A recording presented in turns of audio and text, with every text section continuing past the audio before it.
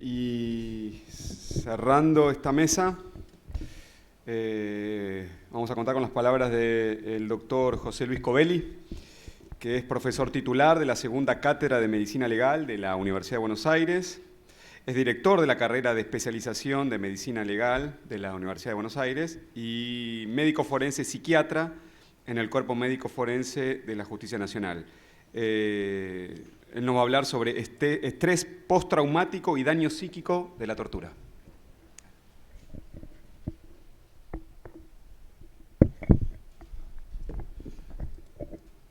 Bueno, buenas tardes a todos. Antes que nada, un agradecimiento a la Procuración Penitenciaria por la organización de estos talleres y fundamentalmente al académico doctor Julio Ravioli, que me ha invitado a participar justamente de estos talleres. Se me anunció que iba a hablar de daño psíquico. Eso fue, digamos, la primera propuesta. Pero después, escuchando con atención el inicio, la apertura, los anteriores exponentes, yo tenía preparado, digamos, un power para, digamos, hablar concretamente de daño psíquico, pero me parece más importante no solo desarrollar este tema del daño psíquico, sino fundamentalmente mencionar dos aspectos que me parece que en lo que estamos hablando que es absolutamente trascendental, que fundamentalmente debemos reflexionar los médicos. Los médicos, en mi caso médico forense, yo hace muchos años que estoy en la justicia, ya hicieron 27 años que estoy en la justicia, y muchas veces uno se pregunta con quién estamos enfrentados. Estamos enfrentados, evidentemente, con una persona como nosotros. Es un hombre en una determinada circunstancia, un hombre en determinadas circunstancias sumamente particulares, que es justamente la deprivación de su libertad, que después más adelante, es decir, lo utilizaré como un recurso de formación a los efectos de poder desarrollar lo que es el daño psíquico. La reflexión es la siguiente: nosotros tenemos a un hombre enfrente, nosotros estamos respondiendo a un oficio judicial donde una autoridad, un juez competente, nos hace determinadas preguntas. Pero justamente a partir de esa requisitoria judicial y respetando al que tenemos enfrente ya hace muchos años, nosotros tuvimos la directiva de atenernos al protocolo de Estambul. Y fundamentalmente, fíjense ustedes qué cosa simple cuando se inicia, digamos, el interrogatorio, el examen, digamos, psicopatológico de un determinado sujeto. Se le informa a qué va a ser sometido. Se le informa que va a ser sometido, cuál es el motivo, cuál es el mecanismo que se le va a aplicar y fundamentalmente que se va a comunicar a la autoridad que lo solicitó. Frente a esta situación que muchas veces es realmente novedosa en cuanto que hace 5 o 6 años, cuando nosotros nos atenemos al protocolo de Estambul. Fundamentalmente informar. ¿Para qué? Para que el sujeto pueda decidir a pesar de que está en una situación, digamos, de deprivación de la libertad. Muchos sujetos, cuando se le informa, se le explica y además se le notifica que se va a comunicar al juez que lo solicitó, muchas veces se niegan. Cosa que nosotros respetamos. Le hacemos firmar su negativa y se lo comunicamos al juez. Y cuando nosotros aplicamos esto, de alguna manera, es decir, estamos respetando ese derecho constitucional que es el famoso derecho de la autonomía. El derecho de la autonomía es decir que es un derecho constitucional, es un derecho personalísimo. Y este derecho personalísimo es ejercido por todo hombre por el simple hecho de ser persona, tal como lo indica nuestra Constitución Nacional. Evidentemente la autonomía, la posibilidad de elegir, evidentemente tiene derechos subsidiarios, que es la información, la veracidad y por último la confidencialidad. Y esta confidencialidad nosotros le comunicamos, le manifestamos al examinado que nosotros vamos a romper ese trato, digamos, ese trato de la confidencialidad. Pero fundamentalmente se le informa que va a ser sometido a qué procedimiento. ¿A qué procedimiento? Por otra parte, debemos recordar que no solo el sujeto, es decir, tiene derecho a ejercer su derecho de autonomía, si nosotros además somos absolutamente, si bien es cierto, ocupamos una función, por esencia somos médicos. Y los médicos fundamentalmente, ¿cuál es nuestro rol? Fundamentalmente, es decir, el principio, digamos, hipocrático del non nocere, primero no hacer daño, nunca hacemos daño.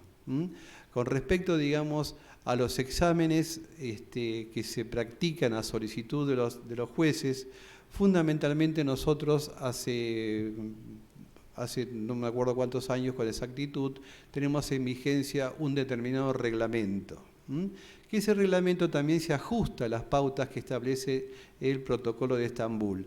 Antes se nos enviaban a distintas unidades carcelarias a efectuar los reconocimientos de los internos. Y evidentemente no es el marco habitual para tener una relación, digamos, adecuada a los efectos de hacer un auténtico examen semiológico. ¿Por qué?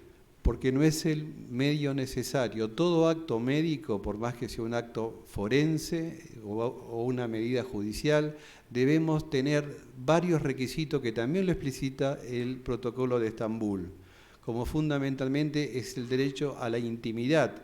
Y como es un derecho a la intimidad, acá muchas veces cuando le comunicamos que va a ser sometido a un determinado, al examen psiquiátrico, se le pregunta además si desea que esté el celador presente o no. Evidentemente, es decir, eso también nosotros lo seleccionamos porque evidentemente hay muchos internos que no están en condiciones de repente de estar alejados de su celador. Haciendo esa salvedad, pero habitualmente siempre se le pregunta este tipo, digamos, de posibilidad para elegir. Y siguiendo, digamos, el Protocolo de Estambul, como decíamos, que es una relación médico, es decir, médico examinado, tiene una determinada intimidad. Como tiene intimidad, a lo que agrega, digamos, el Protocolo de Estambul, dice que tiene que tener un espacio y tiempo, tiene que tener determinado espacio y tiempo y una relación de intimidad y fundamentalmente el hecho de no sentirse coaccionado con la presencia del servicio penitenciario. Hecho esa reflexión, también extiendo un poco lo que decía la anterior oradora, que hablaba del principio de la doble lealtad, es decir, el médico penitenciario, que muchas veces, cuando nosotros leemos las historias clínicas, muchas veces nos sorprende que no son historias clínicas que se correlacionan con el estado clínico del paciente, motivo por el cual yo creo que debe ser una motivación para poder educar al médico del servicio penitenciario, para que no conforme el denominado espíritu de cuerpo, es decir, tanto del médico con los anteriores o los compañeros, digamos, de esta institución. Hecha esta reflexión, vamos a ir directamente a lo que hablamos de daño psíquico. La existencia del daño psíquico evidentemente no es un término médico, es un término jurídico, pero viene, digamos, originado a expensas de lo que se denomina una vivencia psicotraumática. Una vivencia psicotraumática es lo que produce la ruptura de un equilibrio psíquico, pudiendo desencadenar en el famoso trastorno postraumático, el estrés crónico. Que yo les puedo asegurar que he visto muchísimos trastornos postraumáticos del estrés crónico, evidentemente no como consecuencia, digamos, de tortura, pero sí como consecuencia de haber experimentado experiencias con suficiente idoneidad, como por ejemplo Cromañón, veteranos de guerra, lo del accidente del APA, es decir, la vivencia psicotraumática, Es el impacto psicotraumático que rompe el equilibrio psíquico, produce un desequilibrio y por ende genera esto, lo que decía hace un instante, el trastorno postraumático, el estrés crónico. Cuadro clínico que es el paradigma del daño psíquico, que el daño psíquico, debo repetir, es de autoría de los magistrados, no es un término médico.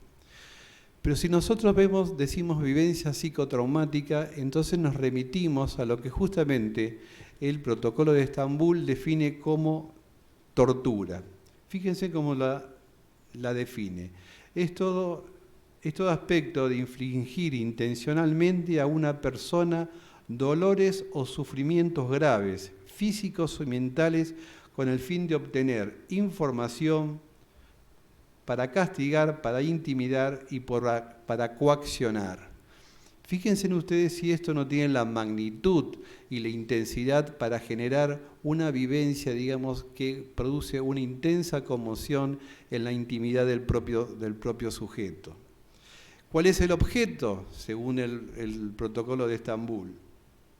Es destruir deliberadamente no solo el bienestar físico y emocional de la persona, como también la dignidad y la voluntad de las personas y las comunidades. Vale decir que nosotros con estas torturas, es decir, podemos equipararla a lo que se denomina las vivencias psicotraumáticas, que generan, digamos, en el sujeto un profundo desequilibrio de su psiquismo, como me refería hace un instante.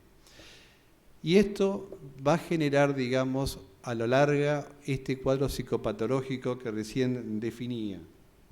Y de alguna manera va a conseguir el objeto de la tortura, va a generar la desestructuración de la persona. Que cuando uno habla de la desestructuración de la persona, estamos hablando de la despersonalización. Y recordemos un poco, digamos, desde el punto de vista antropológico, cómo definimos el hombre.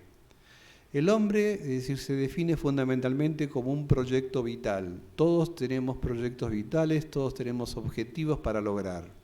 Pensemos en este sujeto que está deprivado de su libertad, si realmente tiene libertad para poder decidir. Recordemos lo que decía Henry E. con respecto a las enfermedades mentales. Las enfermedades mentales justamente es la patología de la libertad. De manera tal que el hecho, digamos, de estar privado de la libertad es un factor facilitador para que este impacto psicotraumático, esta tortura pueda, digamos, lograr la devastación del psiquismo de una persona. Y decía con anterioridad que el trastorno postraumático es como consecuencia de un impacto psicotraumático, es decir, evidentemente la tortura. Y esto, siguiendo la concepción antropológica, este cuadro está configurado por aspectos biopsicosocioculturales. Y fíjense en ustedes cómo podemos comparar y cómo podemos correlacionar el tema de la tortura con el impacto psíquico. El impacto biológico lo vamos a ver a lo largo del tiempo, y los aspectos sociales y culturales, aspectos sociales que genera una desculturalización del sujeto. Y cuando genera una desculturalización del sujeto, va a generar subcultura, lo que hoy en día hablamos de las subculturas penitenciarias, las subculturas de los sujetos detenidos. Y cuando hablamos de proyecto vital, la ausencia del proyecto vital, evidentemente por eso vamos a encontrar y vamos a poder comprender la reincidencia, el porqué de la reincidencia, porque se anuló el proyecto vital. El sujeto no tiene proyecto vital, no tiene perspectiva para lograrlo, sino lo único que sabe es vivir el presente, es decir, la consecuencia, digamos, de la deprivación de la libertad es la presentización de la vida. El sujeto vive el presente.